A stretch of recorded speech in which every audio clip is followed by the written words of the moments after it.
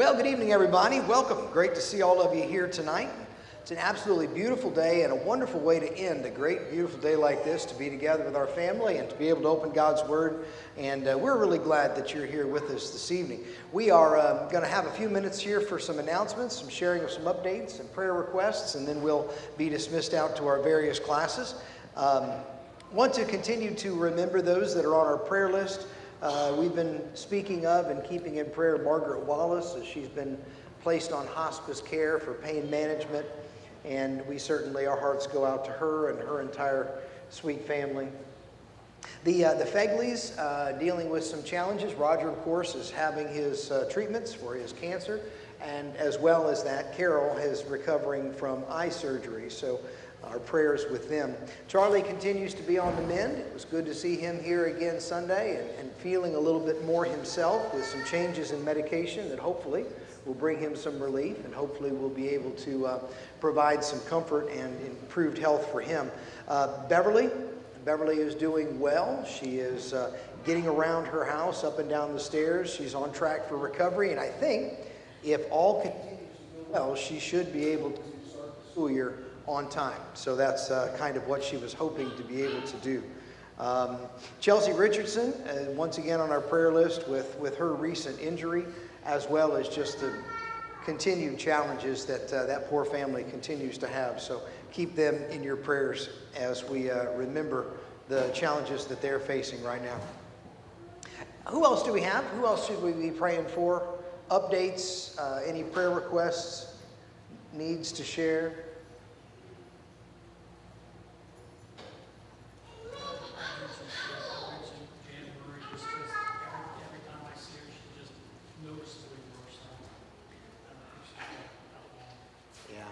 If you didn't hear that, Jan Murray continues to decline, and certainly we are sorry to hear that, and we'll be prayerful for her. Anybody else? Mike, how's your back feeling? All right. Just all right. Yeah. Well then, while you're continuing to think, if there's any other updates, let me know. But we'll go ahead and talk about some upcoming events that we need to keep on our calendars, starting with what is right upon us here. This coming Sunday, August 9th, is our next ministry leaders meeting. That's going to be here at the building. That's a potluck meal. Invite everybody to come, stay, bring a meal, and be a part of that. This MLM, we actually have a guest speaker who's going to be talking to us, a licensed professional counselor who's going to be sharing with us strategies for stress management, avoiding burnout, managing your time, different things like that. Should be a really great time, so I invite you to come and be a part of that. We also, on August 10th, that's Monday morning at 9:45, the next installment of God's Strong Kids. A really wonderful event Katie puts on, Katie Farley, and if you would like to be a part of that, certainly would encourage you to do that. Having had a few boys that have been through that, it's a really fun class for the kids to be a part of. We have our senior send-off coming up on August 16th, so a week from this coming Sunday, senior send-off. That's always a fun event. Plan to stay and hang out and enjoy some time together of fellowship. And speaking of fellowship, August 24th is our last summer sing. Our last summer sing will be August 24th. And these have been a great fun. We've had really good turnout for these. It's been something people have very much enjoyed and really gotten a lot out of. In fact, I had somebody come to me and said, you know, we've been doing summer sings. There's nothing that says we couldn't do a fall sing. And so maybe we'll see if that has interest in it as well. Other big events coming up. Of course, we know that the big event for this upcoming season is the Fall Festival. And so if you were in the congregational meeting last week, you were able to hear about some of the opportunities for involvement with that. We have upcoming journey groups as well as new kid classes. So Patty, are we still needing teachers for... So we still have some opportunities there. If you would like to get involved in the children's education program, there are some spots available for that. So, any other dates, events we need to share? Any news that you know of? Did anybody think of a prayer request that you forgot to mention that we could do that? Okay. Awesome. I'll lead us in a prayer and then we'll head on to our classes. Let's pray together. Heavenly Father, we are so grateful for the loving care that you give us day by day, for the way that you watch over us and that you walk with us in the challenges of life, and that you give us strength for the storms that we may face. We thank you that in our times of joy and happiness that you rejoice alongside us, and we are so grateful for the family that you've given us to be a part of here, and we just pray your continued blessings on our family. Speaking of our family, God, there are many tonight that are on our prayers and in our hearts, and we just would ask for your tender loving care in each of these, with Margaret Wallace and her challenges of life now, and as well with Janet Murray, both of them facing decline and particular challenges with pain management. We just pray for their comfort, pray for your blessings upon them. We're mindful of some of our families, the Fegleys, with the challenges with Roger's treatments and Carol's recovering from surgery, with the Richardsons and Michael's recovery from surgery, and now Chelsea's setback with an injury. We think of the Fajors with Beverly's recovery from her procedure and the care that she's receiving. We just are so thankful, God, that you know all of these situations so far beyond what we do, and that you care for their situation more than we do. You love them even more than we can, and we just put their particular predicaments in your hands for your blessings. God, as we look ahead to the many wonderful events that we have coming up in the near future, we would ask that you would bless us with opportunities to shine your light in this community and to make a difference. And God, as we go to our classes tonight, we're thankful for those who have prepared the lessons, and we are prayerful and hopeful that we can go to these classes with open hearts and open minds, ready to receive your word and be able to find ourselves better equipped to live lives of good examples in the world around us because of our time spent here in your word. All this we ask in your Son's name. Amen. All right, if you're headed off to another class, you are dismissed to do that. And if you're staying in here, we'll begin in just a moment.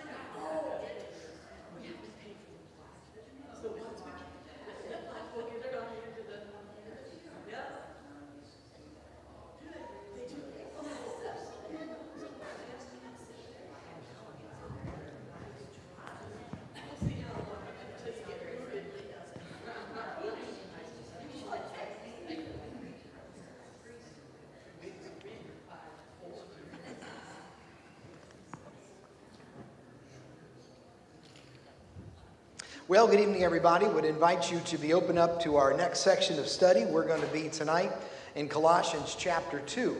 Colossians chapter 2, verses 16 through 23 is the section that we're going to be addressing this evening. 16 through 23 of Colossians chapter 2. As you're turning to that, I'm curious to know, what is your relationship? What is your attitude towards rules? Tell me how you feel about rules. Which ones? Okay. Now there's an important clarification, isn't it? Which ones? Josh, are you inferring that maybe some you respond to differently than others? If it is a rule that gives you a negative response, what might it entail? What would be a rule that would not be well set with you? Oh, I think some of the speed limits are Okay. You know what? Speed limit is one that's on my list as well. I agree with that. I think there's an arbitrary setting of speed limits that doesn't seem to make sense sometimes, and I too have a problem with that rule. What do you got? Mine was when I worked at Walmart and they put in the one best way policy, and for some reason that just always bugged me because like there is no one best way to do something. Yep. And it's like you have to do it the stupid way. It entails 5 or 10 more steps. Imposing a procedure on you as a rule that you believe could be done better the way you were already doing it, and quicker. I think that's a good example of that. What are your attitudes towards rules? Tell me. Yes, please.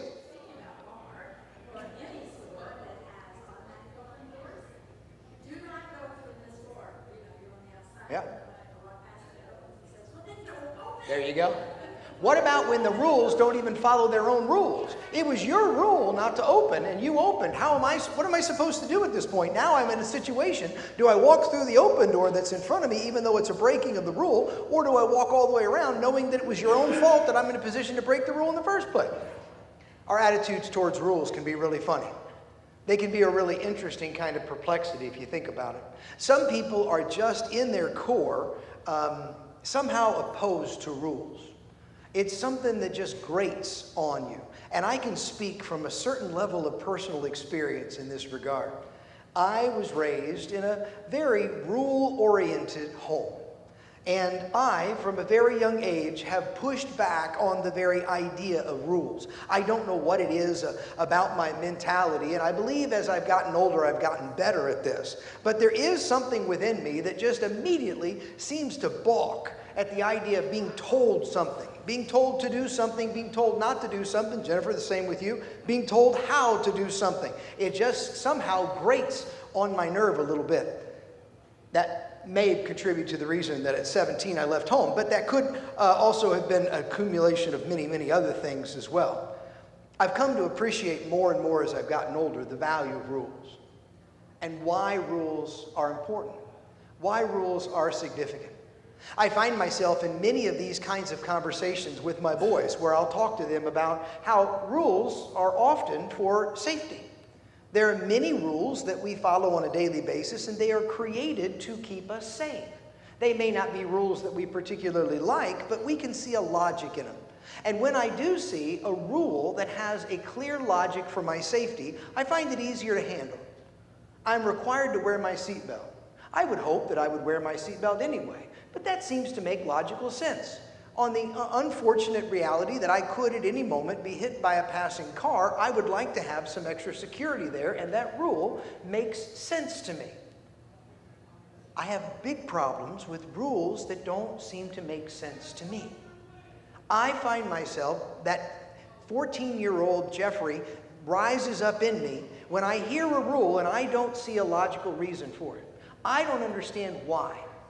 I don't believe that is a logical, rational rule, and so I find myself really hard to obey it. Another time that I find myself with that 14-year-old Jeffrey rising up in me is completely dependent on who is setting the rule. You ever have problems with that? You ever have problems with rules that are set by certain people, by certain authorities, by certain whatever? There's just something where you think to yourself, if somebody else had given me this rule, I'd be fine with it. But because you gave it to me, I got problems with it. Maybe there's a personal aspect to the way we push back on rules. But the reality... Are you bringing up COVID? No, I'm not. No, believe me, we're not touching that topic. But there are situations in which the person or the authority giving the rules, it changes the way I react to the rule.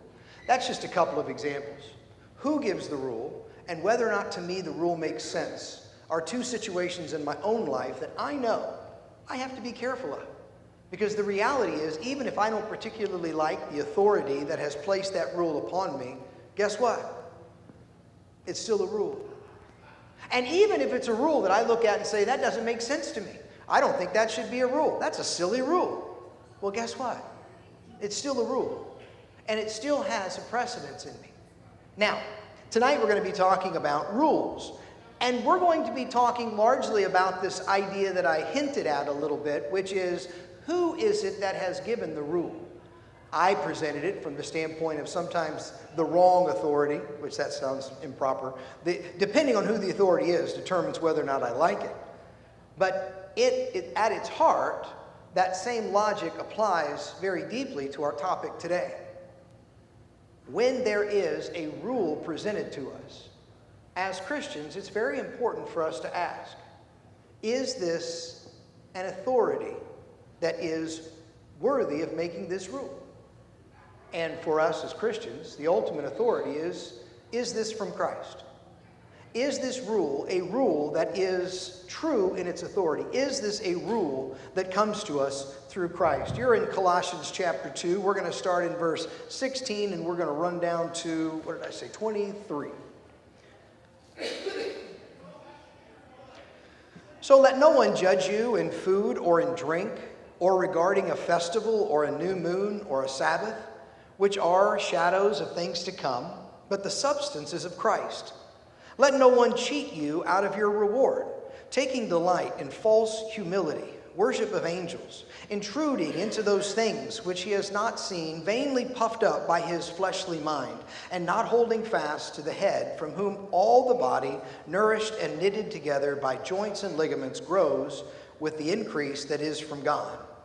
Therefore, if you died with Christ from the basic principles of this world, why, as though living in the world, do you subject yourself to regulations?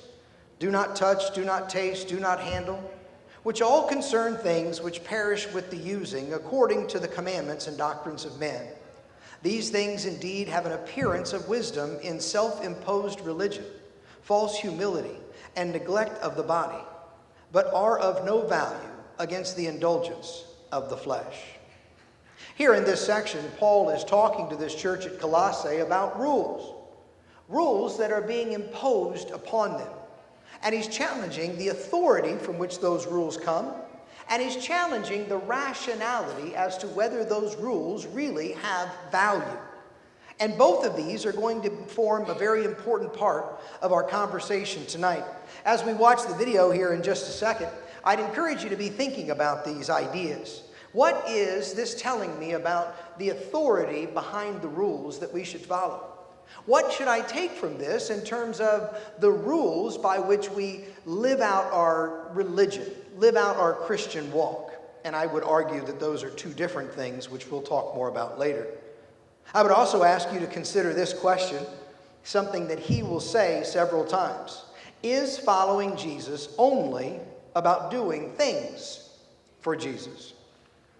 And finally, the last thing for you to be thinking about, I think it's a very clever analogy that he draws. Two boys mowing their yards. We'll go ahead and watch the video, Ethan.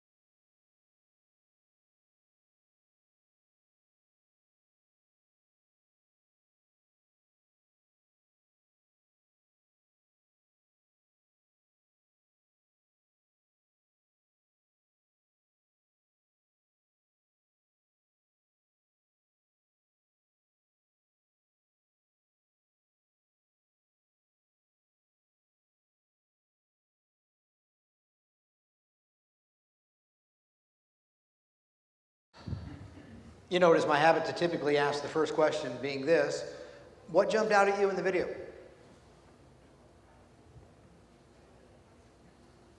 The thing that kind of jumped out at me is when you talked about the people that were trying to lead you away. And his Bible said that they believe it, and then the Pew Bible says, puffed up with knowledge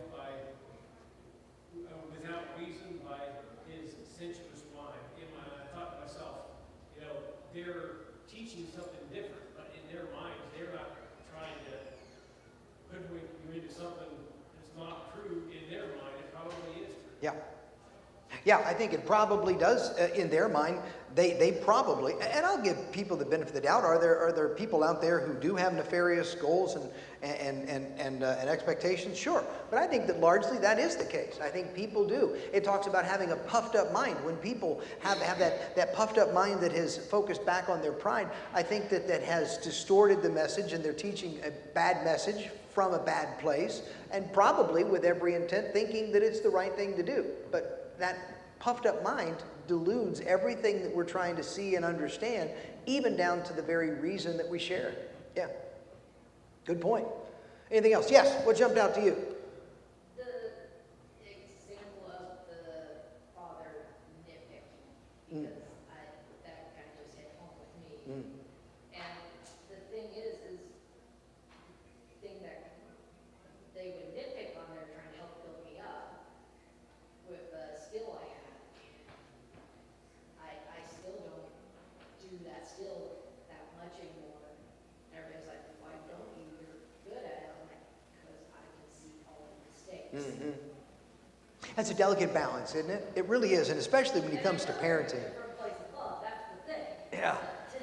It is a tough thing. It really is. I think it's important as parents that we strike that balance, because we do want to help our kids excel and do well and grow, and we do have to point things out. And when it comes to the mowing of the yard as an illustration of that, I can relate, because I have 3 that take turns mowing my yard, and it's, you know, they miss a spot. And you do notice that, and you're trying to think to yourself, how do I encourage this and build them up and make sure they feel good about it, while still making sure that I'm holding high standards and helping them to do better each time they do it. And the balance there is important to strike. Other thoughts that came out to you? Yes, Ange. I think the rules and regulations really stood out to me. I think particularly from like a church aspect point of view. I think growing up, it was just always you better be realistic, and if you're not going to be going to church Sunday night or Wednesday night, or, you know, and I don't say this I don't want to say any of that in a derogatory way in how I was raised, and I don't want to put that in negative connotation, even it's probably coming out that way, with the church that I was growing up. But I also think it was also a time of just how it was in the 80s, Yeah. and how it was in the 90s. And it was just, that was kind of the standard. It was just, you don't wear jeans. Yeah. You don't wear, and it was just so many different, you don't do this, you don't do this. Oh, I can't forget that. You better not do that. You can't do this. Yeah. And it was just so many different things that by the time you probably became of age, they were understanding, like, right from wrong. It was like, should I get baptized? Am I worthy of it? And we forgot I think we forgot all about grace. Yeah. I don't know if grace was really for me. I don't know if I really learned grace very much probably until my 40s. Really. Yeah. And I don't know if I'm the only one. I would hazard to guess that you're not. I can relate to a lot of that story, and I think many of us can, and I think that's an easy thing to fall into. I think it's something that a lot of us, maybe because of our environment, because of our families, because of the churches we grew up in, maybe just because of the way we're wired. You know, I think it is very easy for us to see right and wrong as a matter of if I followed the rules or didn't follow the rules. Now, don't get me wrong. I'm not saying that not following the rules is right. I'm not saying that. But I think that we have, in many ways, we reduce it down to a series of rules. And if I follow all these rules, then I must be good, I must be okay, I must be right with God. If I break any of these, then I'm not okay with God, I'm not right anymore. And I think that that's something that we do have to be really careful of with when it comes to those attachment that we have to those rules, especially the ones like you mentioned that we made up and we imposed on ourselves. We were the ones. That's why I said at the beginning, the authority, the person, whoever it is making the rules, it's really important that we recognize, is this really a rule that God says clearly in the Bible, or is this something that we've created? I was in the same boat. You know, you didn't wear jeans to church. That was wrong. You absolutely did not do that. I had no idea that wasn't book, chapter, and verse. I was sure of it because that was how it was taught to me. It was just as wrong as telling a lie or stealing a candy bar. It was wrong to do. And it never occurred to me that, you know, how do I parse that out? And so I think it is important for us to see rules in those light. Thank you for sharing that. Anything else that jumped out to you? Yes, Brandon. So I like that when you started with making sure we put our lens on. Yeah. It made me think of how many sunrises and sunsets as habits since Paul wrote this to the Colossians. And, you know, I think it riffs off of what some people have already said here. You know, there's not a whole lot new under the sun. Yeah. We're still experiencing it. I mean, now it's, you know, back then it was, you can't show your ankles or Yeah. Yep. make sure you wash your feet before you come into the house or stuff like that. Where nowadays it's a little different. It's freeing to know that, you know, there's freedom from human rules in Jesus Christ. That doesn't mean complete anarchy. Right. But he sets you up he sets you up so that anything that takes away from him is not something you should follow. Yep. Yep. That goes back to that authority, really understanding that he has set that up. And the freedom that we enjoy there should be a liberating freedom that allows us to draw closer to him. And there's a lot of freedom that does come in a pursuit of relationship versus a pursuit of religion. Jen, you were going to say something else. Oh, I thought you had your hand up. Yeah, I think the whole clothing thing was dressed up as put on your, no, not that. Put on, like, something about, when you go to God's presence, put on, like, festivals or something. You know. I've heard a lot of fine-sounding arguments about how to put that together, which is exactly what we have here when it talks about verse 23. These indeed have an appearance of wisdom. You know, a lot of these rules that we grew up with have an appearance of wisdom. There's something there where you can look at it and go, well, I can see there's a certain amount of logic behind that. Remember my 2 rules that I said at the beginning. If it didn't make any sense to me and who it came from, those are important. And so when here, it can even be rules made up by men that are puffed up, you know, self-imposed religious rules, and they don't have any real value. They don't have any real means by which to make things better for us. And I think that's a big part of what he's talking about. When he talks about in this the big scope of the conversation really comes down to those 2 words that he shared, that it's a conversation between what we do versus what has been done. Do versus done. Do is religion. Do is what we do. We do. And what we do. And I love that he said what we do to have peace with God versus done. What God has already done. And what God has already done has allowed us into a relationship with God. And so now it's not, we do this so that we can have peace with God. We do this because we have peace with God.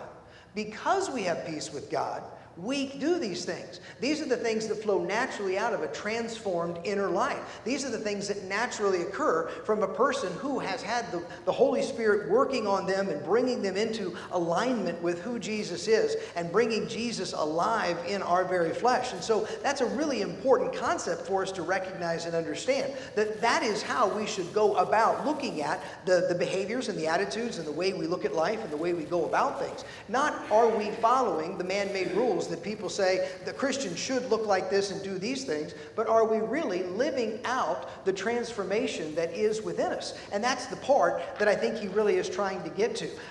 He says here that these religious practices that others want to impose upon them are not really the point of being a Christian. Those are ways that man has decided, here's what a Christian looks like. A Christian dresses this way and talks this way and sounds this way. He practices these things, doesn't practice these things. And we make ways to judge each other. We make ways to evaluate each other. And what we've done is exactly the kind of thing. Look at verse 16. Let no one judge you in food or drink, regarding a festival or a new moon or a Sabbath.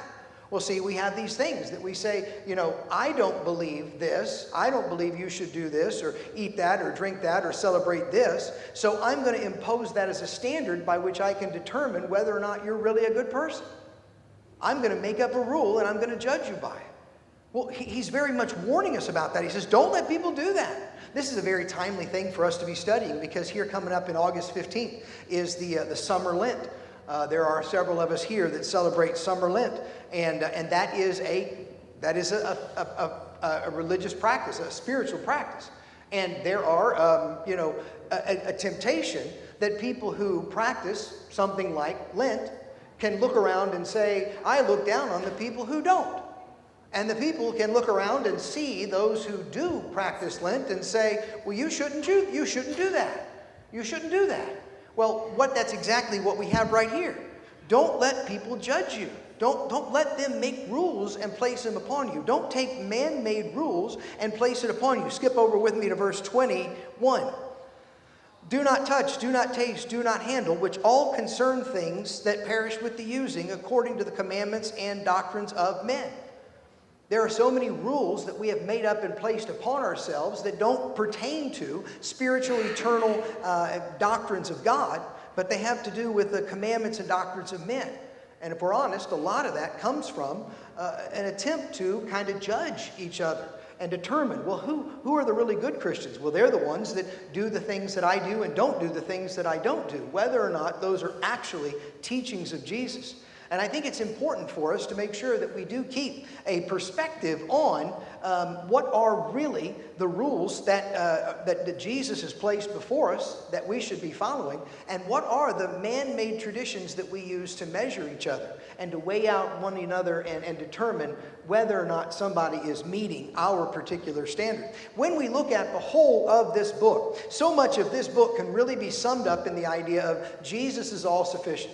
Jesus is all sufficient. It's not Jesus plus something else. We talked about idols, how it is that idolatry was something that they were struggling with, that they had the potential to be struggling with because they wanted Jesus and something else. Here we're talking about Jesus and a set of man-made rules that we follow. Jesus is sufficient. Jesus is complete. Jesus is not up in heaven saying, I hope they make up the right set of rules to judge each other by so that we'll be okay. He said, I've already done it. I've filled it. I'm all sufficient, and what I have presented is what we need. You were going to make a comment. Yeah, I had a mentor once tell me that don't judge your tree by what you have to feed it, but what it produces.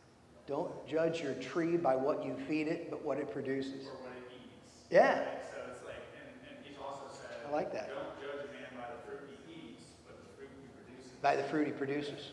Yeah. And very, very, very much in keeping with the whole flow of this idea there, that it is important for us to do that because verse 23 goes on to say that what this is coming from is a sense of self-imposed religion, false humility, and that has no real value. That has no real value.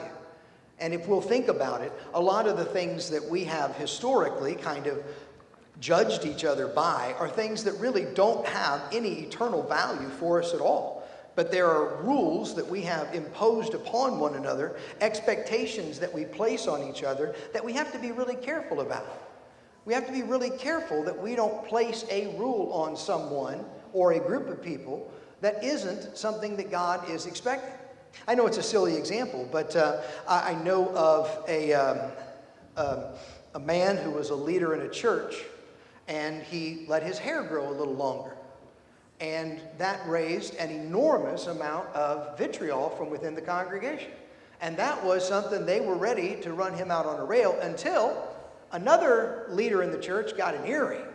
And now all of a sudden, all the attention focus changed. And they could deal with the long-haired leader, but what they couldn't deal with was the earring-wearing leader. And what we've done is we've created these things that say, this is an unacceptable thing, or this is an expected thing, but we're not actually basing it on what the Bible really teaches us. And there are a lot of these. There are a lot of ways that we have to be really careful about how it is that expectations that we place on each other can be based on absolutely nothing scriptural whatsoever. And we got to be careful not to judge each other because it leads to a puffed up spirit and a self-imposed religion. Dale? Wasn't the whole context of this was studied last week that the old regulations and rules were nailed to their cross? Exactly. Those are the things that had the new moon celebrations and the special holidays, you know, dates of Pentecost and all that. Yep. All those were nailed to their That's right. cross. So the practice of the Judaizers were coming and saying, you still need to do this. Exactly. Yep. This is what this is addressing. Yep, it's exactly right. He's making the wonderful point that what we talked about last week is that all of these regulations and rules and festivals and requirements that were so oppressive under the old law, which couldn't actually provide salvation, they were placeholders. They were there to bring us closer to, to bring us to the point of Jesus's entry. But all of that has been nailed to the cross. All that's been put away. The obligation of these festivals and feasts and rules and rituals and regulations are no longer imposed upon us because those are things that have been nailed to the cross and we're not under those anymore. So anytime we find ourselves in a Jesus plus kind of situation, we need to have red flags going up. Because that's exactly the very thing that we've been freed from and exactly the very thing that the Judaizing teachers and the false teachers of the early church were bringing in and trying to impose upon the people. So those are really good points, really good points. Any other thoughts on that? Yeah. I'm just thinking like they were completely free to still do those things. Sure, absolutely. That's why it says in verse 16. Is there anything anyone here could think of that might be considered truly against the New Testament teachings? Like any Jewish rule? The imposition on I'm others. just trying to think like how deep this goes as far as like the freedom to do and not to do. And as long as you kept it in the freedom to do, not to do, I think the imposition of that on somebody is the main thing that Paul is addressing here. Because Paul himself continued to practice a great deal of the Jewish faith. Paul continued to keep festivals. Paul continued to grow his hair out for Nazirite vows and shave his hair off. Paul continued to go to the temple. He continued to celebrate, the time-honored Jewish holidays. The difference was it wasn't imposed upon people. It wasn't an obligation. It wasn't something that was given for, as a prerequisite for salvation, for being right with God. So to answer that, I think that within the scope of the things that, might fall in these categories, festivals, Sabbaths, these kind of things that might have been a part of the Jewish faith would not be wrong for us to practice anymore. They were wrong for Paul. It's not like an exhaustive list. It's not like Yeah. everything. It's, I think they talk about like, oh, if someone does this, take them out of stone. It's not really something we get away with. Yeah. A rule like that, well, the punishments of those rules definitely would not fit with today's society. You're right. Yeah. To answer Jason's question, the only part in the Bible where the disciples got together and discussed this is the only one they came up with was do not eat blood. Because they got Yeah. together and they decided that was just no. Yeah, meat with the blood in it was something that they asked the Gentile believers to not do, and it's just that is. That's the only one I know. I think that's the one that would come to mind for me too. That's a good point. Yeah, because they did clearly say that. So don't eat blood, y'all. Just don't do that. Just don't do that. And then we won't have any trouble with that. But that's probably a good rule of thumb in a general sense. Other thoughts on that before we move on? I don't want to press through that. Sorry, Jen. No, I think these are all absolutely wonderful. Absolutely wonderful.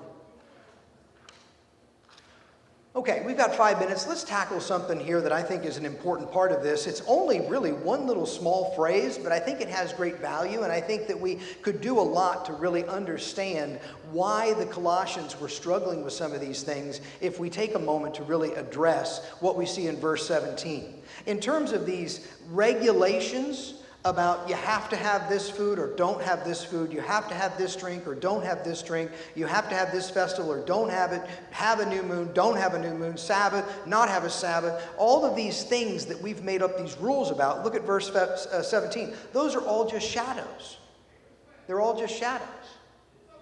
Anybody ever grow up watching Bear in the Big Blue House? Anybody ever know that show? You remember the show Bear in the Big Blue House? Well, there was a segment. Come on, y'all, it's a great show. I know some of you are similar in age to me, and I didn't even have a television growing up, and I know Bear in the Big Blue House. But there was one segment of that show that had a character, a recurring character that was a shadow puppet. And he was a shadow puppet. I've always been interested in that. You know how they put the light on and you can make all these different shapes, and there's a dog, and there's a reindeer, and there's a cat, and all these different things. You know it's not really. It's just the shadow of it.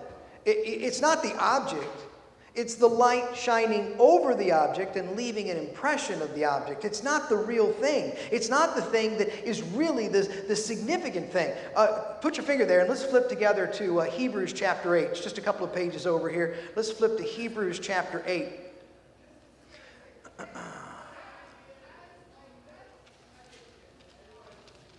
And let's look at, real quickly, a couple of readings here before these 7 minutes get us. Hebrews chapter 8, look at the first couple of verses here of Hebrews chapter 8.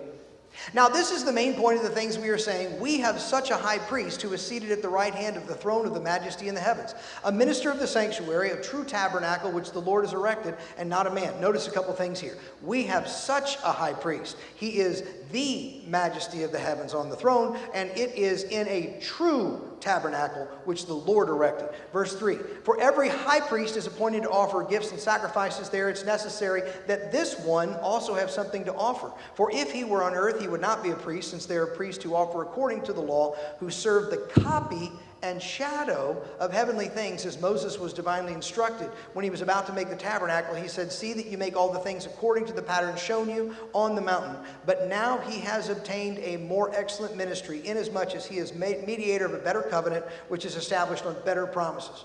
So what we have here is we have better promises, better covenant, better priest, better tabernacle, better sacrifice. Everything in the Old Testament was a shadow. They did have a tabernacle. We've got a better one. They did have a priest. We've got a better one. They did have a sacrifice. We have a better one. They did have a promise. We have a better one. They did have a covenant. We have a better one. The point that he's making here is that all of these things of the Old Testament were shadows of the things that were coming. And in that same category of shadows, he puts all of those rules and restrictions that we place on each other. We place all these rules and restrictions on each other. And he said they are just as much a shadow, not the real thing, as the old tabernacle is compared to heaven, as the priest is compared to Jesus, as a ox on an altar compares to Jesus on a cross. And that's important for us to understand and remember. It's just a shadow. And so when we find ourselves making judgments about one another, when we find ourselves making up rules for everybody to jump through and pop through, I was just thinking today of what are some of those, and I thought about the leader with the long hair and the leader with the earring, because I thought those were funny. But there are so many of these things that we have to be careful about. We have to be really careful that we're not placing these kinds of rules and expectations and judging each other. What if you knew a member here didn't vote because they don't believe in the government? What if you knew a member here wasn't patriotic? What if you knew that a member here supported a position or a political party that you didn't? What if a member here supported Israel and you do, or doesn't support Israel and you don't, whatever? Would it change how you thought about them as a Christian? That's a shadow. That's not the real thing.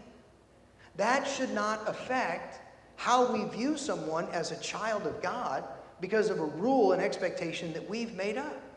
And we have to be careful about these things that we place as equal to, not meaning to, not saying it like that, but in our minds, we might find ourselves tempted to say, well, yeah, but. And therefore, because of but, can't be as good a Christian as I am, or as good a Christian as they should be, as good a Christian as they need to be. Shadows. Those things are just shadows.